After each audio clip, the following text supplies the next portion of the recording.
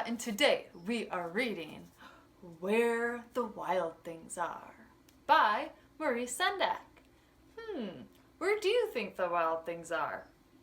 I don't know. Let's find out. Where the Wild Things Are. The night Max wore his wolf suit and made mischief of one kind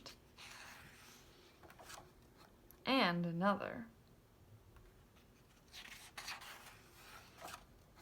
His mother called him "Wild Thing," and Max said, "I'll eat you up." So he was sent to bed without eating anything. That very night, in Max's room, a forest grew. And grew and grew until his ceiling hung with vines and the walls became the world all around.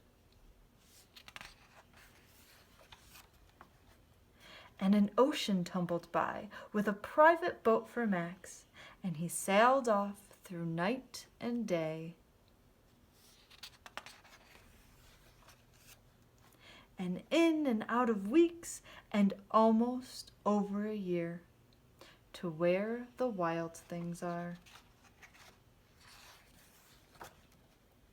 And when he came to the place where the wild things are, they roared their terrible roars, and they gnashed their terrible teeth, and rolled their terrible eyes, and showed their terrible claws.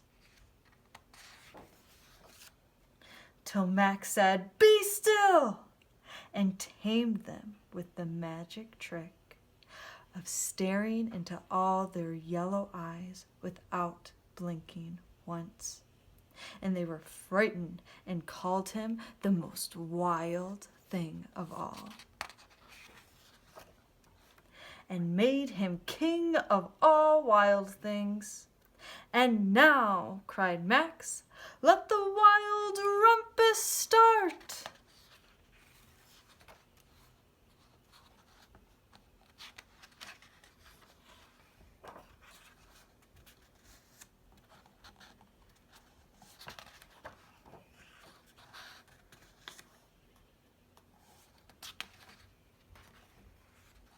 "Now stop," Max said, and sent the wild things off to bed without their supper.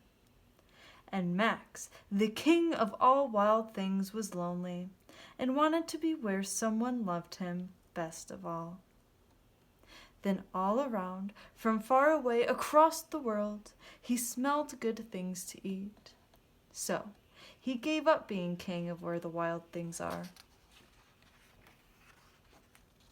But the wild things cried, "Oh, please don't go. We'll eat you up. We love you so."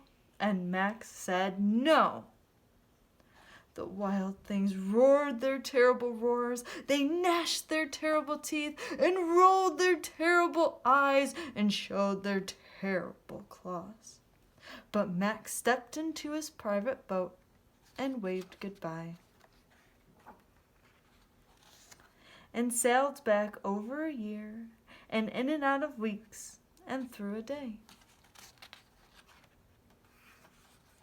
and into the night, where his very own room, where he found his supper waiting for him. And it was still hot. The end. Those wild things were very wild. They had big yellow eyes and big sharp teeth, and they were all furry, and they roared. I bet you can roar really loud like that. Can you try? Nice job, nice roars. All right, so today we are going to be making our very own wild thing. But don't make it too scary, okay? I don't want to get scared. Do you want to see Teacher Ava's wild thing? Okay. So I used some recyclable materials that I had at home. I had a toilet paper roll, so that's what I used, but you can also use an egg carton, or if you have an old cereal box or cracker box, you can use that too. So here is my wild thing. Okay, Mr. Wild Thing. Okay, settle down. I want to introduce you. Okay, this is my wild thing. And I used some white paper for his teeth, and I made spiky hair with green paper, and I used a marker for his eyes, and colored some fur with crayon, and made his arms with some pipe cleaners. Boo, boo, boo, boo, boo. And he is very wild. But is he the most wild thing of all? I don't know. I bet you can make a very, very wild thing. All right, now it's your turn to try. Get some materials and see what kind of wild thing you can make. And if you want, you can have a grown-up send a picture to Teacher Ava. All right, have fun. Bye-bye.